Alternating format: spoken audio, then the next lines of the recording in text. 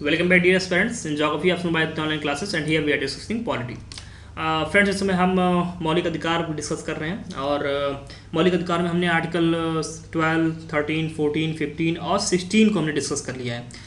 अब जो आज का हमारा जो ये लेक्चर है, इसमें हम डिस्कस करेंगे आर्टिकल 16 से संबंधित जो विवाद है, जो कि मैंने पिछले वीडियो में आपको शुरुआत में ही मैंने आपको सचेत किया था कि प्लीज़ आप भावनात्मक रूप से इसे नहीं जुड़ेंगे, बल्कि आप चीज़ों को बिल्कुल तार्किक होकर देखेंगे। आप चीज़ों के दोनों पक्षों को देखेंगे, उसके बाद ही आप अपना कोई पक्ष निकालेंगे, क्योंकि काफ़ी विवादित टॉपिक है ये। तो हमने उसका जो बेस था, जो आर्टिकल में क्या कहा गया है, फिर आर्टिकल 16 क्लास 4 क्या है, जो कि सबसे ज़्यादा विवादित है, और सुप्रीम कोर्ट के क्या निर्णय इत्यादि रहे हैं और वर्तमान स्थिति क्या है, उसके बारे में हमने अच्छे तरीके से चर्चा कर ली है। आज का जो हमारा टॉपिक है मेनली जो है आपका मेंस पर बेस्ड है। मेंस के अप्रोच से हम देखेंगे इसमें।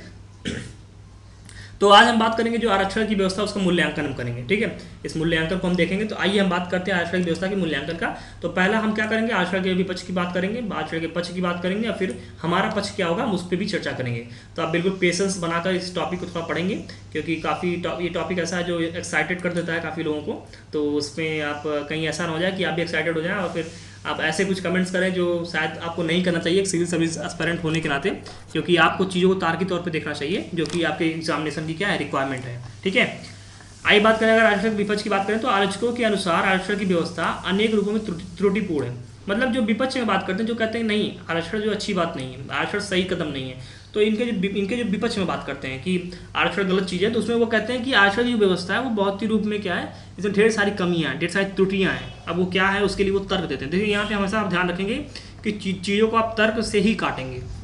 अगर कोई पक्ष में तर्क देता है तो आप विपक्ष में तर्क दीजिए, लेकिन तर्क क्या सॉलिड होने चाहिए। तर्क ऐसे आपके बिल्कुल ऐसे नहीं होने चाहिए, हल्के तर्क नहीं होने चाहिए। तर्क में क्या होना चाहिए, दम होना चाहिए, भारीपन होना चाहिए। तो बात अब ये करते हैं, देखिए अब विपक्ष के बाद, विपक्ष जब ये कहता है कि आरक्षण जो है त्रुटिपूर्ण है, मतलब इसमें कई कमियां हैं, तो उसके लिए वो तर्क भी देते हैं। क्या तर्क देते हैं आइए बात करते हैं। तो हम बात करेंगे पहले इसके आरक्षण के विपक्ष में क्या तर्क है। तो आरक्षण की व्यवस्था संविधान में बताए गए अवसर की समानता के सिद्धांत के विरुद्ध है। सबसे पहला तो ये तर्क ये देते हैं कि जो आरक्षण की व्यवस्था है, आपने पहले ही देखा कि जो अवसर की समानता है आर्टिकल 16(4) में जो आर्टिकल 16 में जो दिया गया है कि जो लोक नियोजन है, जो सार्वजनिक रोजगार है, उसमें आपको अवसर की समानता प्रदान की जाएगी। तो आप देखते हैं कि पहला काम तो ये संविधान से ही उठाते हैं अपना तर्क कि भाई संविधान में तो ये कहा गया आर्टिकल 16 में कि जो अवसर की क्या होगी, समानता होगी। तो आप अवसर की समानता यहाँ पे क्या कर रहे हैं, आप तो उसी को जो है बिल्कुल विपरीत उसके जा रहे हैं ना, क्योंकि आप अवसर को यहाँ पे समान नहीं रख रहे हैं। आप किसी विशेष मतलब वर्ग के लिए क्या कर रहे हैं, विशेष अवसर उपलब्ध करा रहे हैं और बाकी लोगों के लिए सामान्य अवसर उपलब्ध करा रहे हैं। तो यहाँ पे आप तो सीधे सीधे संविधान का ही विरोध कर रहे हैं। तो पहला ये जो तर्क उठाते हैं वो संविधान से ही उठा लेते हैं कि आर्टिकल 16 जो है आपका, उसमें कहा गया कि अवसर की समानता होगी, लेकिन आप क्या करते हैं कि अवसर की समानता नहीं करते, बल्कि इसमें भेदभाव करते हैं। तो पहला तर्क ये है, जो कि अच्छा एक तर्क है, सॉलिड तर्क है। फिर इसमें कहा जाता है कि आरक्षण के कारण योग्यता की उपेक्षा होती है और विभिन्न सेवाओं का गुणवत्ता जो है प्रभावित होता है। देखिए इसका मतलब ये है कि जब आरक्षण की व्यवस्था लागू हो, मतलब आरक्षण से मान लीजिए कोई दो कैंडिडेट है, ठीक है, दो कैंडिडेट है, एक कैंडिडेट जो है जनरल का है, एक कैंडिडेट SC ST या फिर OBC का है। तो अब मान लीजिए आरक्षण की व्यवस्था लागू हुई, तो मान लीजिए इस कैंडिडेट ने किसी भी परीक्षा में 110 मार्क पा लिए, ठीक है, मान लीजिए 110 नंबर पाया और ये परीक्षा से बाहर हो जाता है। लेकिन ये जो SC ST वाला है या फिर जो भी हैं OBC हैं, जो भी पिछड़े वर्ग के आकर लोग हैं, ये अगर मान लीजिए इन्होंने जो है सिर्फ और सिर्फ जो है 100 ही स्कोर कर दिया और ये क्या करते हैं, इनको जो है नौकरी मिल जाती है। तो यहाँ पे आप देखेंगे कि जो ज़्यादा अच्छा कर रहा है, जो ज़्यादा मतलब योग्य है, उसको इसमें नौकरी नहीं मिल रही है, बल्कि जो कम योग्य है, जो ज़्यादा अच्छा नहीं कर रहा है, इसके कंपेरिजन में उसको नौकरी मिल जा रही है। मतलब 110 पा के भी बाहर हो रहे हैं और 100 पाकर भी अंदर हो जा रहे हैं। ठीक है, ऐसी समस्या है और ये टीस सभी लोगों के लगभग अंदर होता है। तो मैं आपसे कहूँगा, देखिए प्लीज़, फिर से मैं एक बार कह रहा हूँ कि आप इसको एक स्टूडेंट के तौर पे देखें, एक सिविल सर्विस एस्पिरेंट के तौर पे देखें। आप इसे पर्सनली ना लेंगे, क्योंकि अगर आप पर्सनली लेंगे तो फिर आप इस एग्जाम के साथ नया नहीं कर पाएंगे। तो आप दिमाग को बिल्कुल खुला रखें, दोनों ही पक्षों को देखें, उसके बाद अपना डिसीजन लें। ठीक है, तो इसके बाद हम देखते हैं कि ये बात यहाँ पे कही जा रही है कि आरक्षण का जो योग्यता की उपेक्षा, मतलब ये ज़्यादा योग्य है और ये कम योग्य है, तो इसकी उपेक्षा की जा रही है कि नहीं, इसके कंपेरिजन में देखा जाए तो इसकी उपेक्षा की जा रही है। ठीक है, तो यहाँ पे यही बात यहाँ पे कहा जा रहा है कि उपेक्षा की जा रही है। अब जब मान लीजिए कोई ज़्यादा नंबर पाके बाहर हो रहा है, कोई कम नंबर पाके जो है अंदर चला जा रहा है, इसका मतलब ये कि इसकी योग्यता अच्छी है, ठीक है, गुणवत्ता अच्छी है, इसकी योग्यता अच्छी है, इसका मतलब इसकी गुणवत्ता अच्छी है। अब ये जो कम नंबर पाके भी अंदर चले जा रहे हैं, मतलब इसके कंपैरिजन में इनकी गुणवत्ता उतनी अच्छी नहीं है, ऐसा कहा जा रहा है। ठीक है, तो इसका भी आप ध्यान रखेंगे, ये भी इनका एक तर्क है। हम ये क्या है, हम अभी हम जब अपना तर्क पक्ष में तर्क देखेंगे तो उसमें हम देखेंगे इसमें। ठीक है, अभी बस आप इतना ध्यान रखें कि आरक्षण के विपक्ष में क्या क्या तर्क दिए जा रहे हैं। अभी बिल्कुल एकदम फ्री माइंड से आप चीज़ों को देखें, कि फ्री माइंड से आप देखें कि कैसे आरक्षण के विपक्ष में तर्क दिया जा रहा है, फिर आगे पक्ष में क्या, फिर हमारा पक्ष क्या होगा, हम उसको भी देखेंगे। अगला ये तर्क देते हैं कि आरक्षण के कारण स्वयं आरक्षित श्रेणियों में भी स्तरीकरण पैदा हो रहा है और मौजूदा व्यवस्था में केवल कुछ लोग ही इसका लाभ उठा पा रहे हैं। देखिए, इसका मतलब ये है कि आप देखेंगे कि जो विभिन्न विभिन्न वर्ग हैं जिनको आरक्षण का लाभ प्राप्त है, उनमें ऐसा नहीं कि सभी लोगों को आरक्षण का लाभ प्राप्त हो रहा है, बल्कि उनमें कुछ ही लोगों को आरक्षण का लाभ प्राप्त हो रहा है जो थोड़ा से जागरूक हैं, उनको आरक्षण का लाभ प्राप्त हो रहा है और उन्हीं लोगों तक ये सीमित हो जा रहा है। ठीक है, तो ये व्यवस्था का लाभ जो सभी लोग नहीं ले पा रहे हैं, ये भी एक तर्क देते हैं कि कहते हैं कि भाई जिनके लिए आप आरक्षण की व्यवस्था की उसमें सभी लोग कहाँ आरक्षण का लाभ ले पा रहे हैं, बल्कि कुछ ही लोग, चुनिंदा लोग ही इसमें आरक्षण का लाभ ले पा रहे हैं। तो इस कारण भी इसका कोई मतलब है, बनता है क्या कि जिसके लिए आप करते हैं उसको सभी को लाभ मिल ही नहीं रहा है। ठीक है, तो ये भी एक तर्क यहाँ पे ये देते हैं कि आरक्षण के कारण स्वयं आरक्षित श्रेणी, मतलब वो जो श्रेणियाँ हैं जिनको आरक्षण प्रदान किया गया, उनमें खुद में स्तरीकरण पैदा हो जा रहा है। मतलब कुछ लोग उसमें अच्छा कर जा रहे हैं और फिर वो बाकी लोगों से ऊपर उठ जा रहे हैं, और बाकी जो सभी लोग हैं जो उनको आरक्षण का लाभ नहीं मिल पा रहा है। मतलब मौजूदा व्यवस्था में केवल कुछ लोगों को ही इसका लाभ मिल पा रहा है, ये बात यहाँ पे कही जा रही है। ओके, आइए अब कुछ और तर्क देख लेते हैं इनके कि क्या विपक्ष वाले तर्क दे रहे हैं। देखिए, यहाँ पे एक तर्क और है, वो तर्क ये है कि कारण स्वयं आरक्षित श्रेणियों में जो है स्वावलंबन, ठीक है, की भावना में कमी आ रही है, और एक ऐसी स्थिति पैदा हो रही है जिसे हम निर्भरता मनोविकार डिपेंडेंसी सिंड्रोम कहते हैं। देखिए, इसका मतलब ये है कि अब जबकि आरक्षण की व्यवस्था कर दी गई कुछ विशेष वर्गों के लिए, विशेष श्रेणियों के लिए, तो स्वावलंबन मतलब खुद पे ही, मतलब खड़े होने की, खुद के बल पे, खुद की काबिलियत के दम पे करने की जो भावना होती है, उसमें लगातार कमी आ रही है, ये भी तर्क दिया जा रहा है। और एक ऐसी परिस्थिति पैदा हो रही है जिसमें निर्भरता मनोविकार कहते हैं, मतलब कि क्या हो रहा है, लोग निर्भर हो जा रहे हैं कि ठीक है, आरक्षण की बात हमारे पास है, मान लीजिए कट ऑफ किसी चीज़ की, जो किसी एग्जाम का कट ऑफ मान लीजिए 100 जा रहा है, और कोई पर्टिकुलर कैंडिडेट ऐसा है जिसको आरक्षण का लाभ प्राप्त है और उसके लिए कट ऑफ कितना, मान लीजिए 90 ही है, तो इसमें कहा जा रहा है कि अब क्या करेगा, वो 100 के लिए प्रयास नहीं करेगा, बल्कि वो 90 के लिए ही प्रयास करेगा। मतलब वो निर्भर हो गया कि 90 अगर मैं कर दूंगा तो मेरा आरक्षण के माध्यम से, जो आरक्षण मुझे प्रदान किया गया उसके माध्यम से मेरा सिलेक्शन यहाँ पे हो जाएगा। तो इस प्रकार से ये देखें कि निर्भरता मनोविकार डिपेंडेंसी सिंड्रोम, मतलब कि ये एक निर्भर होने की स्थिति आ जा रही है कि भाई इतने नंबर पा जाएंगे तब भी आपका सिलेक्शन हो जाएगा। तो ये उतने मेहनत से, मतलब स्वावलंबन तरीके से ये मेहनत भी नहीं कर पा रहे हैं, और इस प्रकार से हम देखते हैं कि इस प्रकार की स्थितियाँ जो है पैदा होती हैं। तो यही बात कही जा रही है कि आरक्षण के कारण स्वयं आरक्षित श्रेणी में स्वावलंबन की भावना, मतलब खुद से मेहनत करने की, खुद में जैसे कि अपने आप में चीज़ों को स्टैंड करने की, ठीक है, ये जो समस्याएं यहाँ पे देखी जा रही है, ये ऐसा नहीं कर पा रहे हैं, और ऐसी परिस्थिति यहाँ पे पैदा हो जा रही है जिसमें ये क्या हो रहा है, निर्भर हो जा रहे हैं। ठीक है, आरक्षण की वजह से ये निर्भर हो जा रहे हैं। तो इस प्रकार का भी ये तर्क देते हैं। तो आई होप आपको चीज़ें क्लियर हो रही होंगी।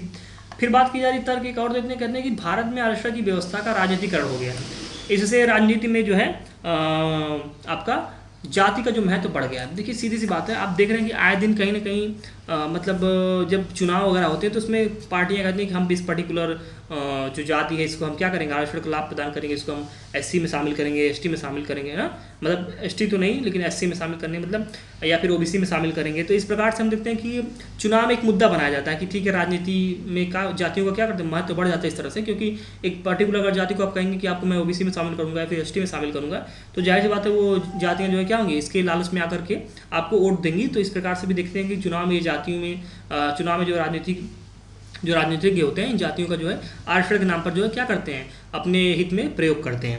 और दूसरी बात आप ये भी देखते होंगे कि अब विभिन्न आजकल आंदोलन भी, लगभग आपने जाट आरक्षण आंदोलन देखा होगा, गुर्जर आंदोलन देखा होगा आपने, मतलब जिसमें जो रिजर्वेशन के लिए जो हरियाणा में जो रिजर्वेशन के लिए जो आंदोलन चले, काफ़ी ज़्यादा वो मतलब एक तरह से देखा जो हिंसापूर्ण आंदोलन था। तो इस प्रकार के आंदोलन भी आप देखते हैं कि चल रहा है कि पटेल जो आंदोलन कर रहे हैं गुजरात में, ठीक है, जिस प्रकार से आप देखते हैं कि इन जो तबके, जो ऐसे तबके हैं वो क्या कर रहे हैं, आरक्षण की मांग कर रहे हैं लगातार कि हमें भी आरक्षण प्रदान किया जाए। तो इस प्रकार से भी हम देखते हैं कि जो राजनीतिकरण काफ़ी यहाँ पे बढ़ गया है, क्योंकि उसी में कुछ लोग मतलब एक तरह से हवा दे देते हैं कि नहीं ठीक है, तुम अपनी मांग उठाओ, हम तुम्हारे पीछे हैं। तो ये सब अंदर की बातें आपको लिखनी नहीं है, बस मैं बता रहा हूँ आपको अंडरस्टैंडिंग के लिए कि किस प्रकार से राजनीति में जो है आरक्षण में जो है राजनीति घुस गई है। ठीक है, और एक बात, अगर एक तर्क इनका और देखें तो एक तर्क ये और देते हैं कि कहते हैं कि आरक्षण की जो व्यवस्था है, इसका जो क्रियान्वयन मतलब इस रूप में हो रहा है कि यह एक नए प्रकार के अन्याय को जन्म दे रहा है, जिसे हम रिवर्स डिस्क्रिमिनेशन की संज्ञा दे रहे हैं। कि कह रहे हैं कि जो आरक्षण की व्यवस्था है ये एक नए प्रकार का, मतलब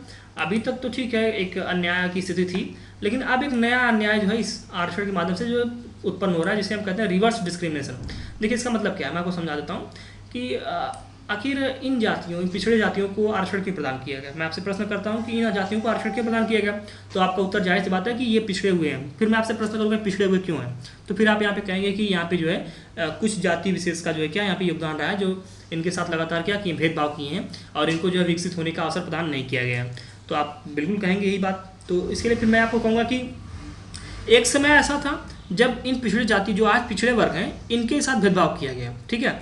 तो अब क्या समय चल रहा है कि इनको आरक्षण के माध्यम से समानता लाने का इनके बीच में जो प्रयास किया जा रहा है बाकी जो कैटेगरीज हैं उनके कंपैरिजन में, ठीक है। लेकिन अभी जो एक तर्क दिया जा रहा है विपक्ष में आरक्षण की, वो एक कहा जा रहा है कि जो जातियों ने पहले भेदभाव किया इनके साथ, अब ये उनके साथ भेदभाव किया जा रहा है। मतलब हमने पहले डिस्क्रिमिनेशन किया, मतलब डिस्क्रिमिनेट किया इन जातियों को, भेदभाव किया इन जातियों के साथ। अब क्या हो रहा है कि अब ये हमारे साथ जातियां, इन जातियों के माध्यम, इन जातियों को आरक्षण के माध्यम से आरक्षण दिया जा रहा है और उसके माध्यम से ये हमारे साथ भेदभाव किया जा रहा है। मतलब अब ये उल्टा हो रहा है, पहले हमने भेदभाव किया, अब हमारे साथ भेदभाव किया जा रहा है, ठीक है। पहले हमने डिस्क्रिमिनेट किया, अब हमारे साथ डिस्क्रिमिनेशन हो रहा है। यही बात ये कहना चाह रहे हैं कि एक रिवर्स डिस्क्रिमिनेशन की यहाँ पे क्या हो रही है, स्थिति यहाँ पे उत्पन्न हो। तो यही बात यहाँ पे समझाने का प्रयास कर रहे हैं। तो मैंने आपको चीज़ें क्लियर कर दी, समझा दिया कि क्या रिवर्स डिस्क्रिमिनेशन। ओके, आइए अब देखते हैं हम पक्ष के बारे में बात करते हैं। हमने विपक्ष पर चर्चा कर ली, उनके विभिन्न तर्कों को देख लिया। अब हम इसके पक्ष में क्या क्या तर्क दिए जाते हैं उन पे हम चर्चा करते हैं। तो सबसे पहले बात करेंगे आरक्षण के जो समर्थक हैं, इनके अनुसार आरक्षण एक अच्छी व्यवस्था है, ठीक है। और जो आपके विपक्ष वाले थे वो कहते हैं कि नहीं अच्छी व्यवस्था है, इसमें कई कमियां हैं, ये त्रुटिपूर्ण व्यवस्था है। तो अब जो पक्ष वाले हैं वो क्या कहते हैं, इनकी बातें समझ लेते हैं। देखिए ये एक पहली बात जो संविधान के माध्यम से आरक्षण के विपक्ष वालों ने कहा था, अब यही क्या करते हैं, उस संविधान को ही उठाते हैं और कहते हैं कि आरक्षण में जो व्यवस्था, आरक्षण की जो व्यवस्था संविधान में वर्णित है ये समानता के आदर्श के विरुद्ध नहीं है, ठीक है। ये बात देखेंगे इसका बिल्कुल अपोजिट जो है विपक्ष वाले कहते हैं, तो पक्ष वाले भी उसका बिल्कुल क्या कहते हैं, अपोजिट कहते हैं।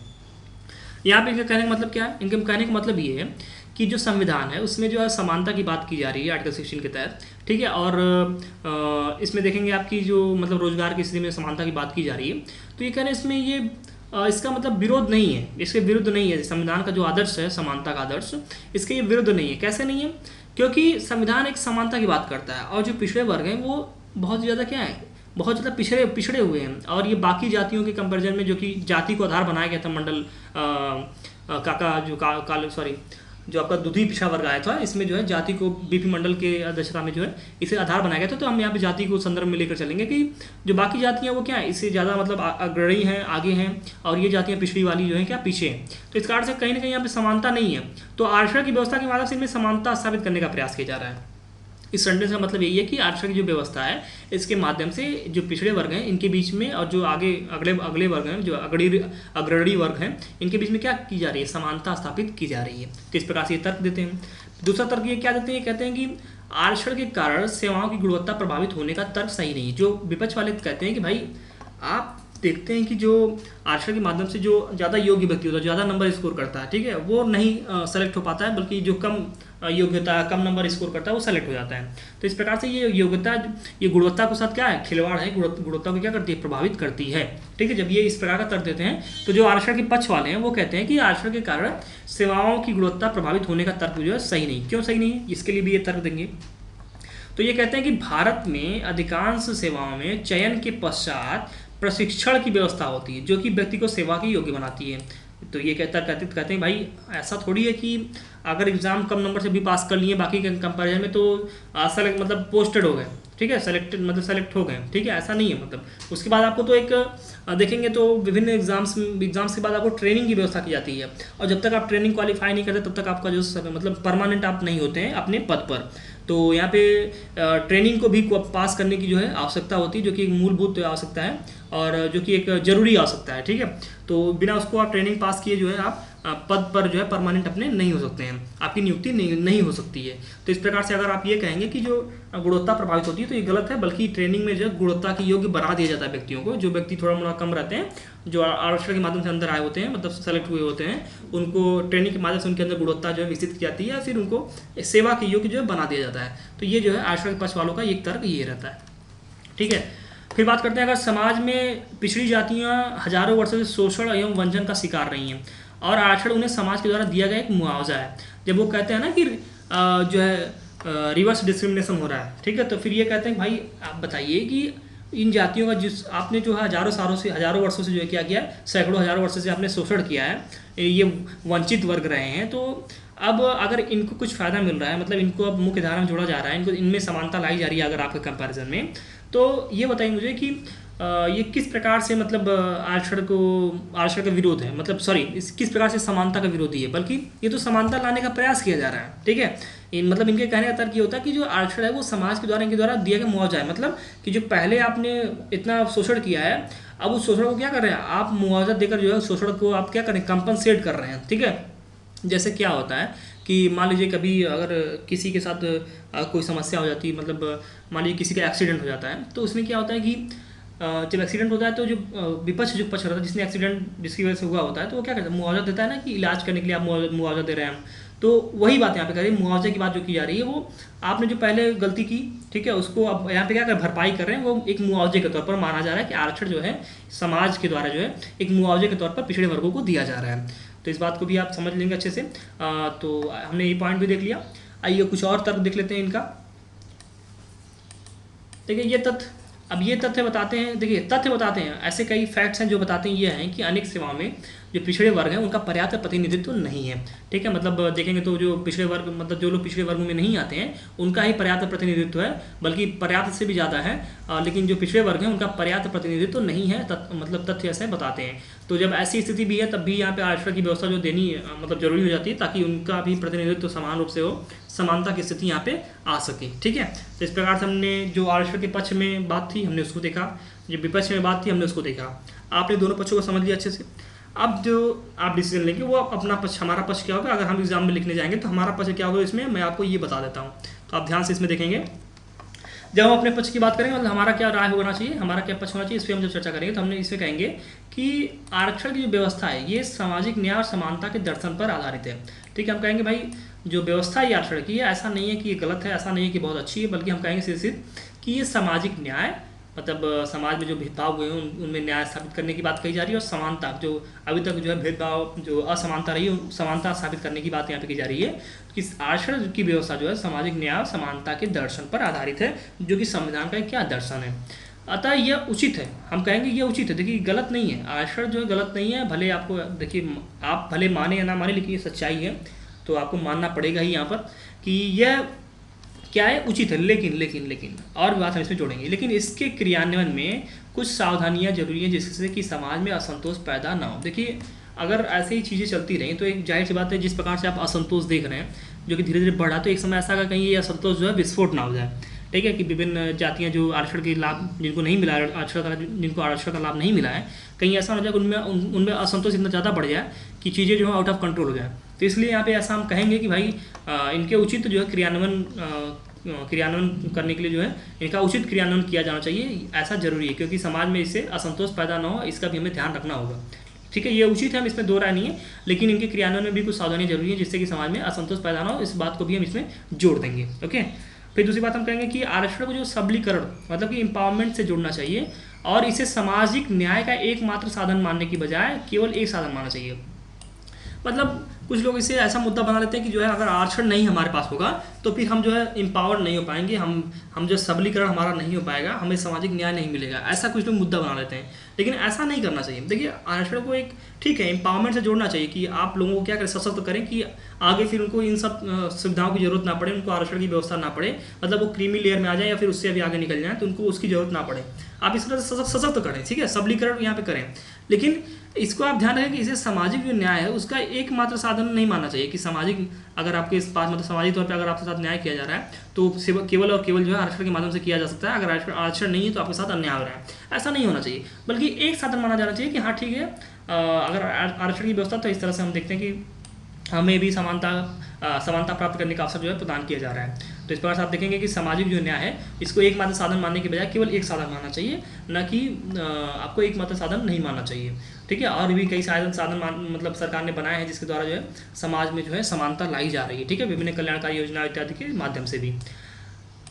आइए बात करें और तो फिर आरक्षण को समयबद्ध तरीके से लागू करना चाहिए। देखिए ऐसा नहीं है कि हर 10 साल के लिए क्या कर दिया जाए, बढ़ा दिया जाता है। ठीक है, ऐसा नहीं होना चाहिए, बल्कि एक टाइम पीरियड रखना चाहिए कि इतने समय तक आरक्षण चलेगा, और फिर उसमें समयबद्ध तरीके से जो है जातियों को मतलब आरक्षण प्रदान किया जाना चाहिए, या फिर जिस आधार पर भी आरक्षण की बात यहाँ पे की जा रही है उसको प्रदान किया जाना चाहिए। यही बात यहाँ पे कहा जा रहा है कि समयबद्ध तरीके से लागू की जानी चाहिए।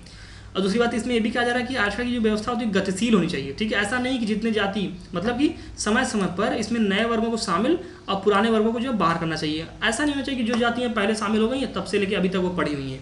अगर लगता है देखने पर ये मतलब समय समय पर ये हम अगर अवलोकन करें तो उसमें अगर हमें लगता है कि ये जाति जो है आप पर्याप्त रूप से क्या हो सकी है, विकसित हो सकी है, पर्याप्त रूप से इसका जो है प्रतिनिधित्व विभिन्न क्षेत्र सेवाओं में बढ़ चुका है, तो सामाजिक रूप से सशक्त हो चुकी है, तो फिर इन जातियों को बाहर निकालिए आप आरक्षण की सूची से, बल्कि उन जातियों को इसमें आप एंट्री दीजिए जो जातियाँ अभी पिछड़ी हुई हैं। तो इस प्रकार से व्यवस्था गतिशील होनी चाहिए, मतलब चेंजेस होते रहने चाहिए इसमें, न कि एक बार जो एंट्री कर लिया हमेशा के लिए हो गया और एक बार जो बाहर है वो एंट्री कर ही नहीं पा रहा है। तो ऐसा नहीं होना चाहिए, ये भी एक यहाँ पे हमने तर्क दिया है, हमने अपना पक्ष रखा है। फिर हम बात करें तो क्रीमी लेयर का निर्धारण जो है तार्किक तरीके से होना चाहिए। ठीक है, इसमें यह भी ध्यान रखना चाहिए कि जो क्रीमी लेयर, जो मैंने आपको क्रीमी लेयर बता दिया, क्रीमी लेयर का मतलब क्या होता है, एक तर्क के तौर पर आधार, मतलब तर्क के रूप में इसका क्या होना चाहिए, निर्धारण होना चाहिए, केवल जाति के आधार पर नहीं देखा जाना चाहिए। ठीक है, तो तार्किक तौर पर भी इसे जो है मतलब निर्धारित किया जाना चाहिए। फिर एक बात हम देखेंगे, इसमें हम एक और सुझाव देंगे कि अनुसूचित जाति एवं जनजाति में भी क्रीमी लेयर के निर्धारण पर विचार। देखिए, हम यहाँ पे शब्द पे ध्यान देंगे आपकी विचार, मैंने अंडरलाइन किया है कि विचार करने की बात आप करेंगे। ऐसा नहीं करेंगे कि यहाँ पे सीधे आप बोलेंगे कि नहीं क्रीमी लेयर की व्यवस्था यहाँ पे जो है SC ST में कर दी जानी चाहिए, ऐसा नहीं कहेंगे। आप कहेंगे सीधे विचार होना चाहिए। विचार होगा तो फिर देखेंगे चीज़ें कितने फेवर में, कितनी मतलब फेवर में नहीं है, उस हिसाब से जो व्यवस्था की जाएगी।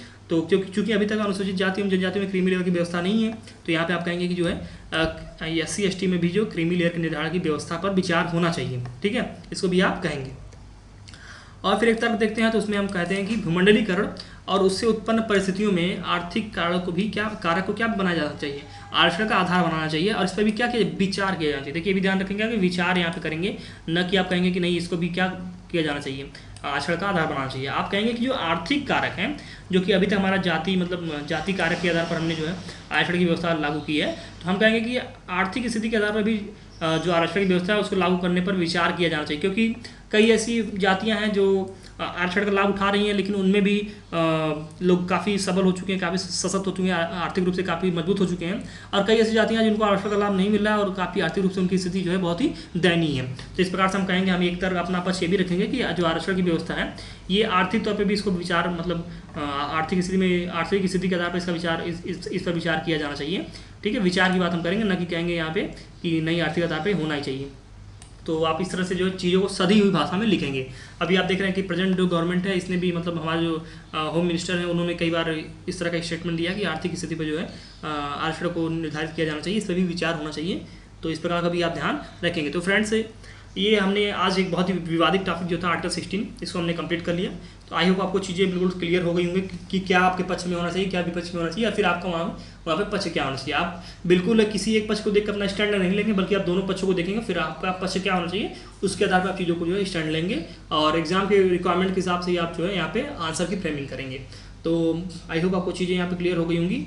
और प्लीज़ आप किसी भी मतलब एक तरह से एक बायस होकर ना देखिएगा चीज़ों को, बल्कि आप दोनों पक्षों को देखकर ही अपना डिसीजन, अपना मत दीजिएगा। ठीक है, तो आपको आज का वीडियो कैसा लगा, क्या मैंने आपको समझाने में सफलता हासिल की, ये आरक्षण की जो विवादित व्यवस्था है, जो समझाने में मैंने आपको सफलता हासिल की, आप मुझे कमेंट में अपने जो है फीडबैक, अपने आंसर मुझे दें। ठीक है, तो आई होप आपको आज का वीडियो पसंद आएगा। आपको वीडियो कैसा लगा आप मुझे कमेंट में अपना फीडबैक दें। ठीक है, फिर इसके बाद मिलते हैं अपने अगले वीडियो में, तब तक के लिए